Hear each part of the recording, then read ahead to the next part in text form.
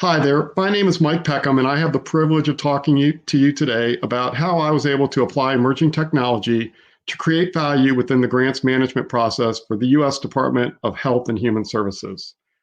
This was a really fun project, and just to give a little bit of the genesis here, you can see that there was a lot that led into my ability to be creative and really make some changing effort within our organization. Uh, Health and Human Services is a huge department, and I think that you'll recognize that when we start to talk about the numbers. But what we learned was we went and did the Data Act pilot, and for those of you who don't know, the Digital Accountability and Transparency Act was aimed at how do we reduce redundancy, burden, and cost for recipients of federal awards. There was a pilot to do this, and I led the grants portion of that pilot. And we walked away from this understanding very clearly that we needed to standardize data, that we needed to eliminate duplication and develop digital tools. And all this was clarified in a report to Congress. And you can see on the right-hand side that there are huge opportunities, but we hadn't really initiated how we were going to affect the changes that we needed to do. So we set the stage under the Data Act. But then we got to move things a little bit further under the Reinvent Grants Management Project. And when I was saying earlier that there's a huge impact, if you think about HHS applies $517 billion, at least in FY19, to grants, and this is not just within the US, but is across the world. It's a worldwide grant-making organization, and that $517 billion was 69% of the total US grant dollars in FY19. Now, this is pre-COVID pandemic, and I think everybody realizes there's been a huge amount of money put towards that effort, the relief efforts, a lot of that going out through grants. So the numbers have grown incrementally. So the need here is even that much more. And I say that from the perspective of there are lots of studies out there that have told us on average 45 cents on every dollar of a grant is spent on administrative costs. And we've got to change that dynamic.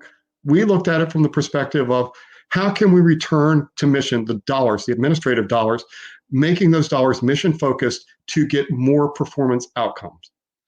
So hugely important to the entire project. You can see on this slide, there are a bunch of things that I had the, I will say, autonomy to take on. But I want to really talk about what we did under the grant recipient digital dossier. So this is quite interesting because we said, hey, let's look at things with a different eye than we have in the past. Historically, we've always said, what are our compliance needs within the federal government? And how do we make that happen for us? But one of the things that we learned is if we don't talk to the recipients, I should say learned under the Data Act, if we don't talk to the recipients, we aren't going to understand what we're doing and how it's going to impact them. And this is key because they are the ones who are carrying on out the work and ultimately meeting the mission for us. So we knew we wanted to use innovative technology. We've all heard about the great things that the modern technology can do. If you bought anything on Amazon, you understand what technology can do for you. We then said, let's use user-centered design or human-centered design. Let's engage with all the recipient community, all the grantor community, and anybody who's tangentially related to the grants management process. And that's your budget folks, that's your, believe it or not, your contracts folks, that's your finance folks. It goes across the board. And so we did engage those communities, and we learned so much. It was incredible. So I'm going to move along and just talk about what we did with the grant recipient digital dossier. We found out that there was a huge pain point. For every award that goes out, there is a pre-award risk assessment that is required by law. This pre-award risk assessment can take 4 to 8 hours on average. It needs to be done on any recipient that the community is thinking about providing an award to, and you have to have that information tracked, logged, and there for audits in the future. We learned that it was not being done the same across the board. We learned that, as I said before, it could be 4 to 8 hours, even more in some cases. Paperwork and maintaining the file was very, very, very hard. And these were considered to be subjective. The recipient community felt like, Well, we're not really applying the same bar across the board. Recognizing what we could do with this, we looked into it very closely, and we had our use case for how to move forward. And as I walk through this, I think it's impressive to understand that just at HHS, and this is a conservative estimate, it was risk adjusted, we can take that 4-hour process down to 15 minutes. Now, again, this is a cursory review, and it's only telling you if there's an issue that needs to be looked into further. But given 95% of recipients, there is no further action required past that cursory review, we can save $142 million annually through this process. So there's your return on investment, or as I like to say, your return to mission. A $4 million investment with a $2 million operating cost per year can return $142 million each year. I think that most folks would say this is something we need to invest in and move forward. So how did we do it? We engaged the recipient community and the grantor community, and we found out that across the board, everybody was utilizing 7 different sources, and the sources are listed here in the funnel. So we took those sources and we said, how do we get information out of them? Because not all of them were using APIs or modern ways of interfacing. We had to get pretty ingenious. I had a team supporting me. This wasn't my work alone. I had some really smart people working with me. But what we did was we took each one of these items. We said, how do we get the information in? How do we curate? How do we cleanse? How do we analyze? How do we display the information? So we got to play around with a lot of fun tools. You'll see that we have RPA and natural language processing, even AI applied on top of these different tools, or I should say different platforms, in order to get the information in. So we did all that, and I'm going to show a static demo in just a minute to kind of display how we did it. But I think the most interesting thing about this is once we ingest all that information, we have it in the grant recipient digital dossier.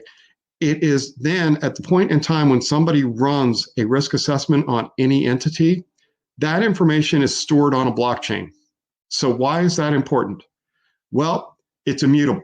So if I do an assessment today, it's stored on the blockchain, and if an auditor comes back in a year, 2 or 3 years, they know exactly what that recipient's profile looked like at the point in time I did it today.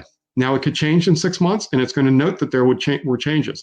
But you can historically track through the blockchain what happened, when it happened, and why someone would not have awarded a grant to a particular recipient, or applicant, I should say. So let's walk through a real quick static demo of the GDD. What we're looking at here is one of the key things that all the users told us that when they're doing an award, they have to understand is what happens in an audit. And in the grants world in the US federal government, if a recipient receives over $750,000 in a year, they are required to undergo a single audit. And all of that information is stored in the Federal Audit Clearinghouse, and it is a wealth of information that we've never fully utilized before. The reason I say that is because this is a lot of, there is some structured data, there's a ton of unstructured data in it. And a single audit report, a short one is going to be 50 pages long. They can be hundreds of pages long. So imagine a human going through and trying to digest and ingest all that information. It's just really not possible, especially when you're looking at 15 to 20 different potential recipients of awards. So we said, okay, let's pull out the most important information and display that right up front. This is the information that everybody's looking for. So you can see on the left-hand side of the screen, we have a mock-up of what a recipient would look like. This is not real data because of PII, but you can see right away you have a going concern. So when I said earlier that 95% of the time you don't need to look any further, this is one where right away you want to look further. There's a going concern. You need to understand that what's going on around that, and that is a huge red flag, hence why it is put right up at the top of the page and why it is in red. So it's got the alerts, and then below that, you've got the audit summary, and you can dive into any of that information you want to. And furthermore, all the information, the freshness is indicated on every single screen so that you know that we didn't pull this information 5 weeks ago. The majority of the information is pulled at the point in time you hit the button to say, I want to run a risk assessment.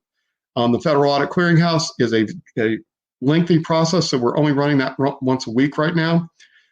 We are taking RPA. We are pulling out 100 audits at a time. Once we have ingested everything, we're running through that with natural language processing to make sense of all the information that's in there. And then we apply AI on top of it. And what you're looking at right now is as a result of all that going on behind the scenes and in seconds when it actually happens.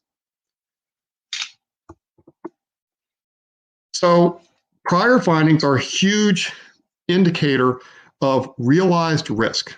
And I say this, it's very important to understand that we do a lot of risk assessments. There are questionnaires that are provided to grant recipient organizations or applicant organizations. And we went through those questionnaires and we found zero correlation between propensity for risk and realized risk based on the questions. But this information that's being displayed right now is actual realized risk. This is prior findings in the single audits, and this is important information if you're really going to start to analyze what's going on within an entity. And, the prior findings are a result of the natural language processing that I was talking about earlier. And you can see that we have a hyperlink there so that you can go into, the interesting thing here is there's the finding looking at you, staring at you on this page.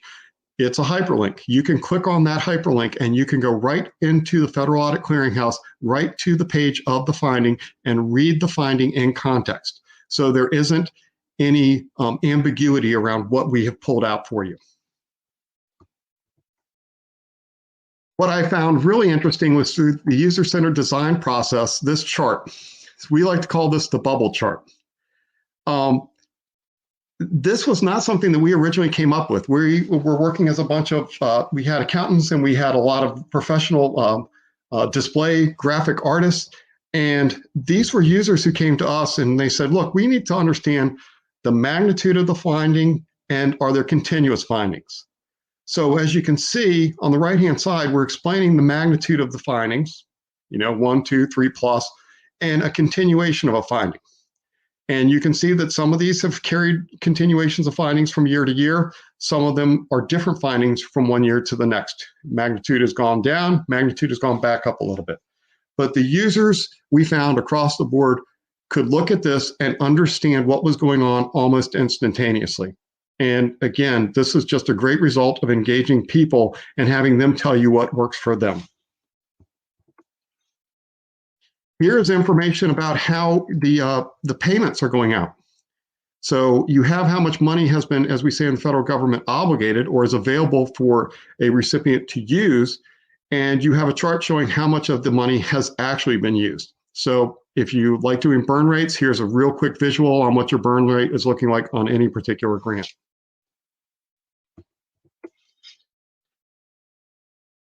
If you run down to the bottom, you're going to see that, so again, we're talking about, this is funded award amount, this is cash drawn.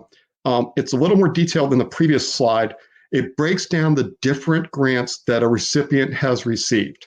Important because you'd love to see the total amount that they've received, but understanding how they're spending on a particular grant is very important because that recipient could receive a grant from multiple different organizations.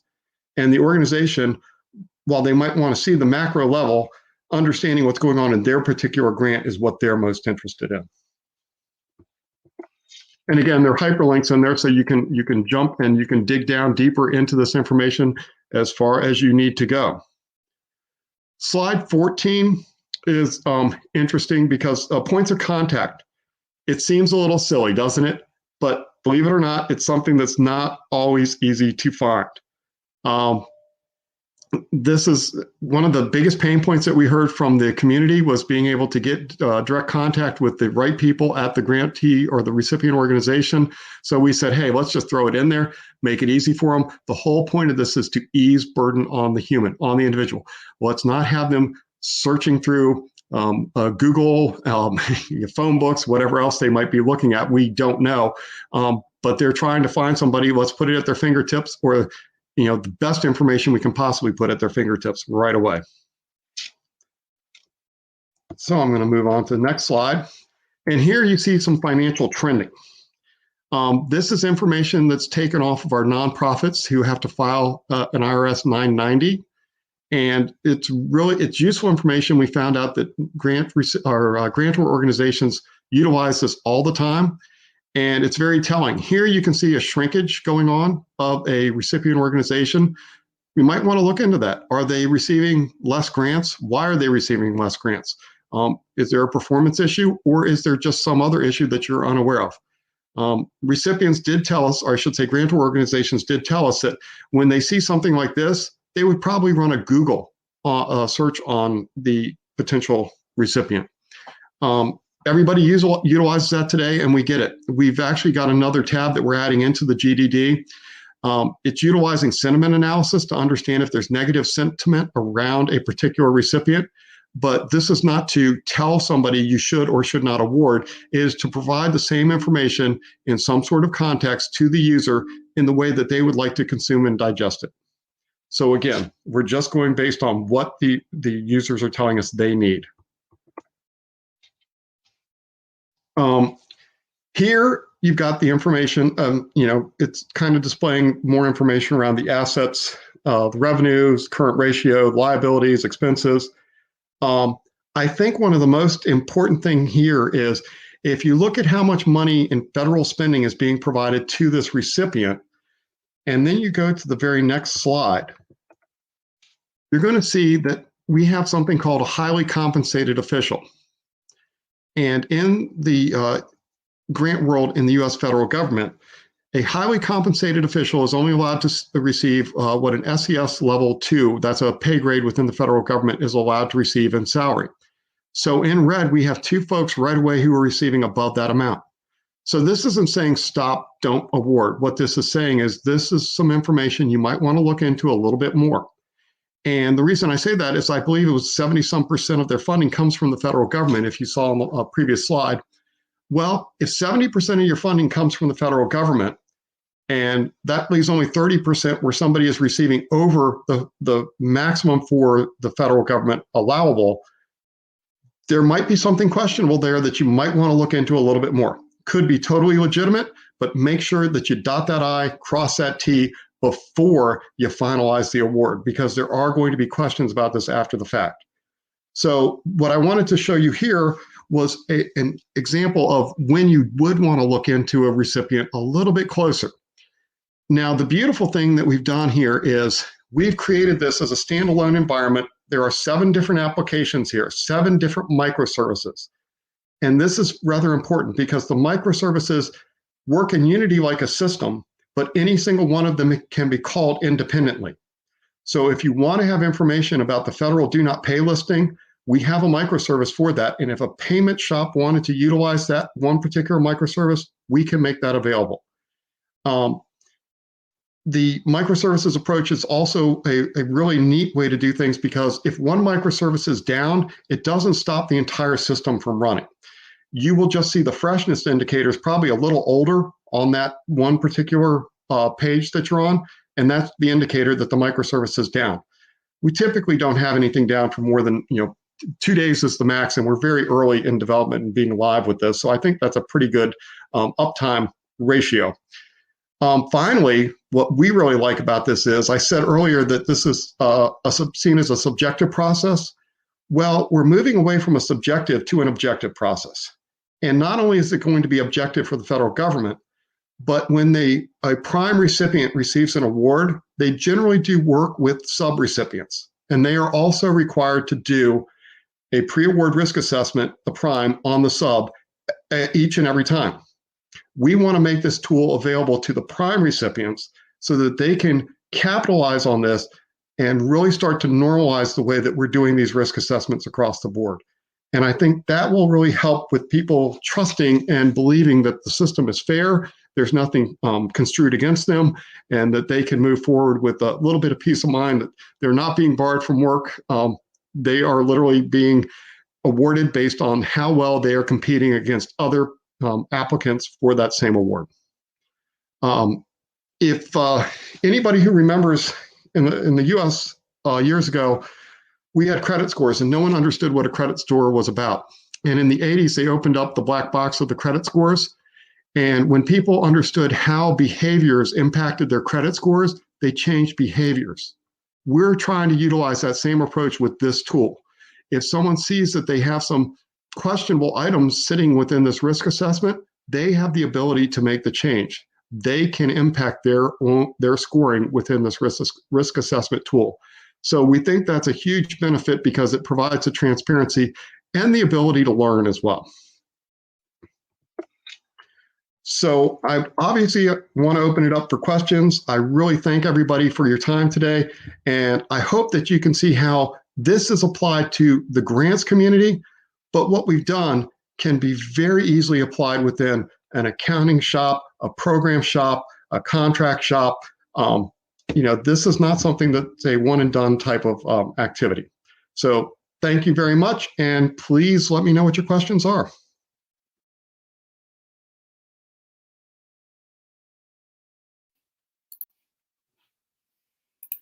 And that was Michael Peckham, Chief Financial Officer of the Program Support Centre, who I caught up with and spoke to a little earlier this week. It was a great presentation and great to understand Mike's perspective. And I can see Mike has joined us now. Welcome. How are you today? I'm doing great, Chris. How are you? I'm very well, thank you, and thanks for taking the time to join for this short Q&A element. I do appreciate it, and thanks again for the informative panel discussion as well. Presentation, I apologise. So I want to go back to near the start. A lot of what we have heard about today has been around instilling a culture of innovation, how important culture is to any transformation or any kind of digital product journey. And I know that you mentioned early on in your presentation about having a super team around you. Can you just explain to us and to the audience what that looks like and how that team is kind of built and works? Would love to. I had, as I said, a lot of autonomy to scale this project to my liking. Not something you get often when you're in the federal government. So what I did, I had a very small team, a core team, and you saw that I had 9 different initiatives. Mm-hmm. What I did was I reached out across the organization. This is all of HHS, so I believe it's roughly 80,000 employees. Mm-hmm. And I got volunteers basically describing what was the work that was going to be performed, how would this work impact you, and would you be interested in making a positive change within the organization? Nice. So each one of those initiatives had a lead, and the lead was a volunteer from an organization that was going to be impacted and really had a vested interest in seeing the positive change coming out of it. And I think that was critical.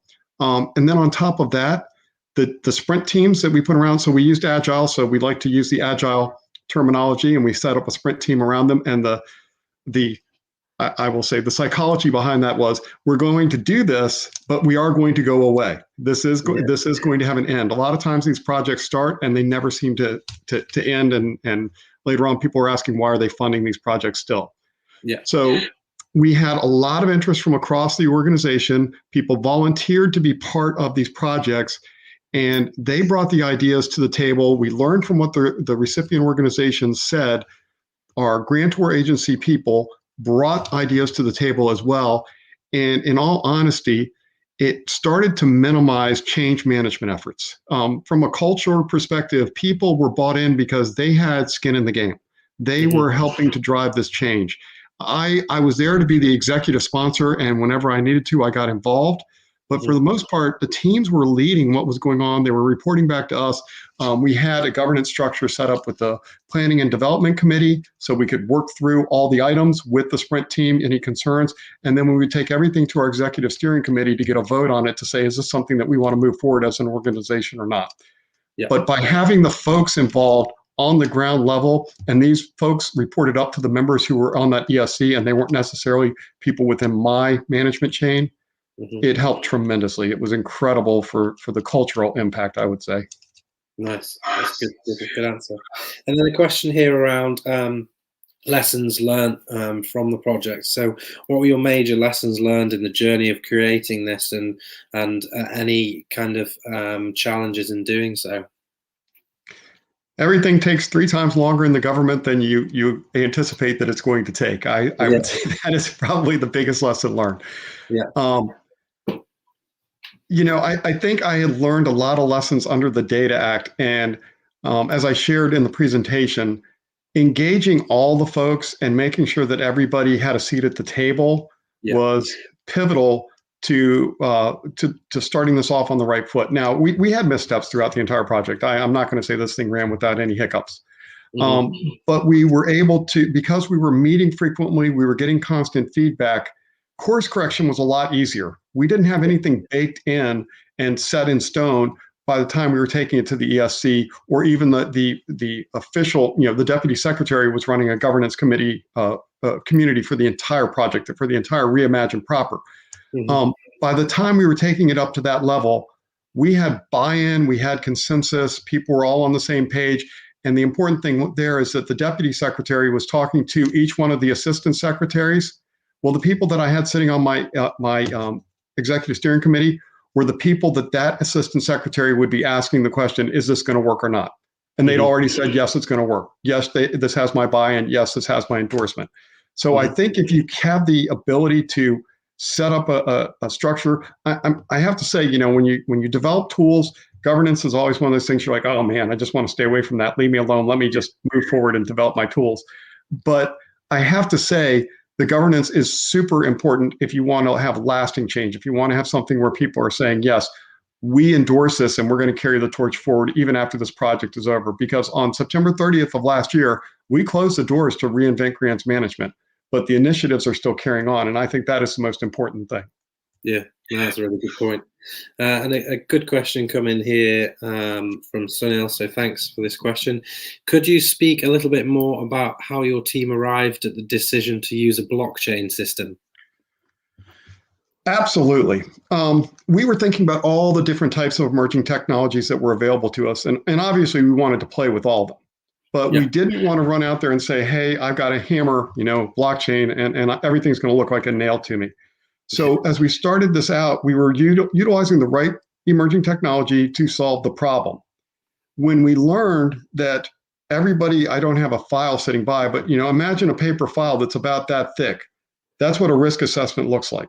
And so when there's an audit, all the documents that should have been in that file better be in that file. It's a nightmare to keep all that information available, handy, and up to date, because the risk assessments change. Each time some organization gets new funding, a new risk assessment needs to be performed. We realized very quickly that if we could store the information that we were collating on behalf of the recipient or of the grantor organization and make that available in a digital format, the space saving, the time savings, the gathering, all of that equated to just blockchain is wonderful. That's what that tool is meant to do. We reside the information on the blockchain. Some of the information that's referenceable is obviously off-chain, but the key elements will sit on-chain. So you can recreate that I will say, instance, that point in time, anytime in the future. And that has been one of the biggest problems. So the blockchain solved that, the immutability, and quite honestly, the trust that it brings to the process. Definitely. Good answer there, and I hope that's... And Chris, can I just kind of add, it was really funny because when we were meeting with our customer agencies, one gentleman sat there at the meeting and said, hey, how come you guys aren't using AI? How come you guys aren't using blockchain? The wonderful thing about that was when we introduced blockchain, a lot of people were afraid of it. It wasn't necessarily our idea. Someone else had thrown it out there on the table, and we were simply meeting a customer's need, a customer's call. And it made, I will say, the sell a lot easier. Well, it's a great approach as well, and it's innovation at its finest, really. Obviously, blockchain technology is for many very difficult kind of concept to grasp, and obviously when you think of the blockchain, you think of cryptocurrency and Bitcoin and everything like that. It's kind of the common association to which a lot of people fully don't understand. So it's great that you're using such an advanced and innovative technology to do such. Thanks, and it's fun. Yeah, no, I can imagine. I can imagine, definitely. And then finally, final question, and a question that I've put to quite a few of our speakers today. What for you is kind of the most important part of digital transformation, and what makes it success? What can kind of, deem it successful or a failure for you? It's an interesting question. So I'll talk specifically about the grant recipient digital dossier because I wanted all 9 projects to be successful, trying to be an overachiever, wanted an A on every single one of my tests. And one of those projects, actually 2 of those projects, are pretty much mothballed at this point in time. And I think they're mothballed from the perspective of there's no one to take ownership of it and run forward with it. Mm-hmm. But if you want to talk about success, across the board, we have everybody now thinking from a different perspective. We have people understanding that the grants management process for years has been considered to be unique to a specific type of grant. And I think that by what we have done, we have opened everybody's eyes. We did, one of the items was called the critical path. And under the critical path, we outlined what are the steps that every single grantor organization takes every single time they're processing a grant award. And 84% of the time, they are the same steps. Exactly. So we have a 16% deviation, and that is the worst case deviation. So you have training grants, construction grants, research grants, all sorts of different grants. Grants that are research grants involving human subjects are obviously the most complex. And so that is where you have your 16% deviation. But what it tells us is we can start to normalize the process. We can build towards a norm, and then we can deviate only where we need to deviate. And when you understand that and you start to ingest that, you start to realize that the systems of the future can look very different than the systems of today. And I think that is probably the biggest win that we got across the board. No, that's great.